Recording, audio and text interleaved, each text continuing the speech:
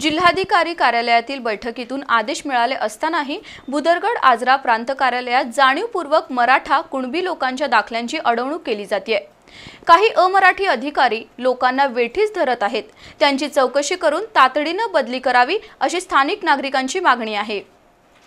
भुदरगड आणि आजरा तालुक्याचं उपविभागीय कार्यालय गारगोटीमध्ये आहे।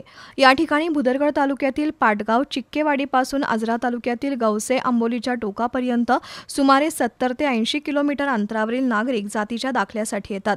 पण या कार्यालयातील काही अधिकारी जाणीवपूर्वक नागरिकांची अडवणूक करतात। कागदपत्र जोडलेली असली तरी पुन्हा त्याच कागदपत्रांची मागणी केली जाते। पुराव्यांच्या झेरॉक्स अस्पष्ट असल्याचं कारण सांगितलं जातं।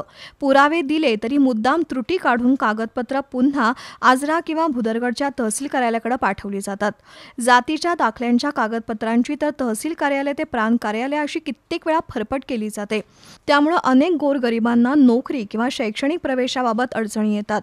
गेल्या महिनाभरात महावितरण आणि महापारेषणची जाहिरात प्रसिद्ध झाल्यानंतर मुद्दाम कागदपत्रांची अडवणूक करण्यात आली। त्यामुळे काही विद्यार्थ्यांना SEBC मधून फॉर्म भरता आले नाहीत। शिवाय कुणबी मराठा आरक्षण दाखल्यांसाठी काही अधिकारी अडवणूक करतात। केवळ मराठा समाजातील लोकांच्या दाखल्यांसाठी ठराविक अधिकारी खोडा घालतात।